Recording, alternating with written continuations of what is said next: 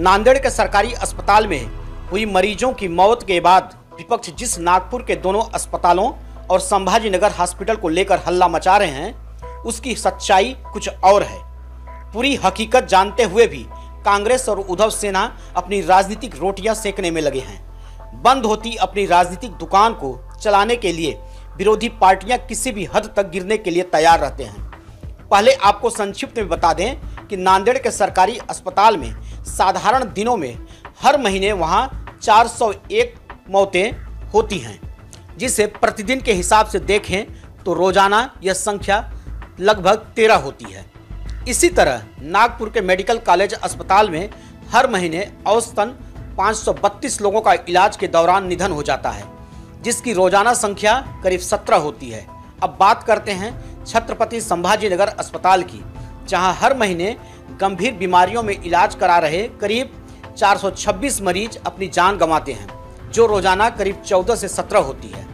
मौसमी बीमारियों के समय यह संख्या कभी कभी बढ़ भी जाती है। पिछले दिनों लगातार 5 दिनों की छुट्टियों के चलते प्राइवेट अस्पतालों में डॉक्टर नहीं थे या कम होने की वजह से सरकारी अस्पतालों में भीड़ बढ़ गई थी। इसके अलावा सरकारी अस्पतालों में ज़्यादातर मरीज गंभीर स्थिति में आते हैं।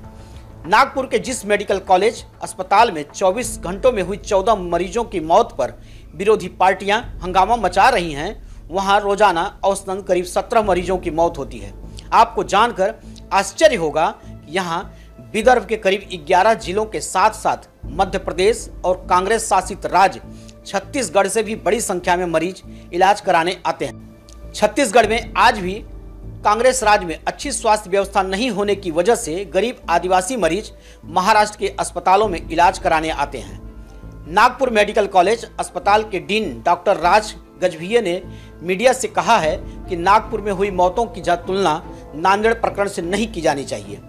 उन्होंने बताया कि जीएमसीएच में 1900 बिस्तरों की क्षमता है और अस्पताल प्रतिदिन औसतन 10 से 12 मरीजों की मौत की रिपोर्ट करता है। बरसात के मौसम में मौसमी बीमारियों के कारण मासिक मृत्यु का यह आंकड़ा औसतन 15 तक बढ़ जाता है।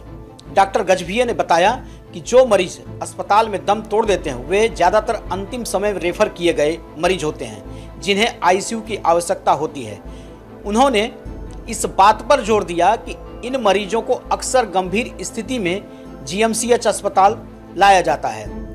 यह अस्पताल विदर्भ क्षेत्र के 11 जिलों सहित पूरे मध्य भारत के मरीजों की सेवा करता है।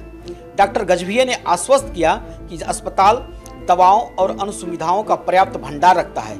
यही स्थिति शहर के इंदिरा गांधी सरकारी मेडिकल कॉलेज और अस्पताल की है। 800 बिस्तरों की क्षमता वाले इस अस्पताल में आमतौर पर प्रतिदिन औसतन 6 मरीजों की मौत की रिपोर्ट आती है। पिछले दिनों यहां भी अधिकांश मरीजों को गंभीर स्थिति में भर्ती कराया गया था, जिन्हें वेंटिलेटर सपोर्ट की आवश्यकता थी। खास बात यह कि दोनों ही अस्पताल दवाइयों का 3-3 महीने का एडवांस स्टॉक रखते हैं। जिला कलेक्टर डॉक्टर विपिन इटनकर ने इन अफवाहों को पूरी तरह से खारिज कर दिया। उन्होंने जोर देकर दावा किया कि मेडिकल कॉलेजों और अस्पतालों दोनों में चिकित्सा आपूर्ति की कोई कमी नहीं है। उन्होंने कहा, मैंने दोनों मेडिकल कॉलेजों के डीन को बुलाया और तथ्यों की पुष्टि की है। यह सरासर अफवाह है।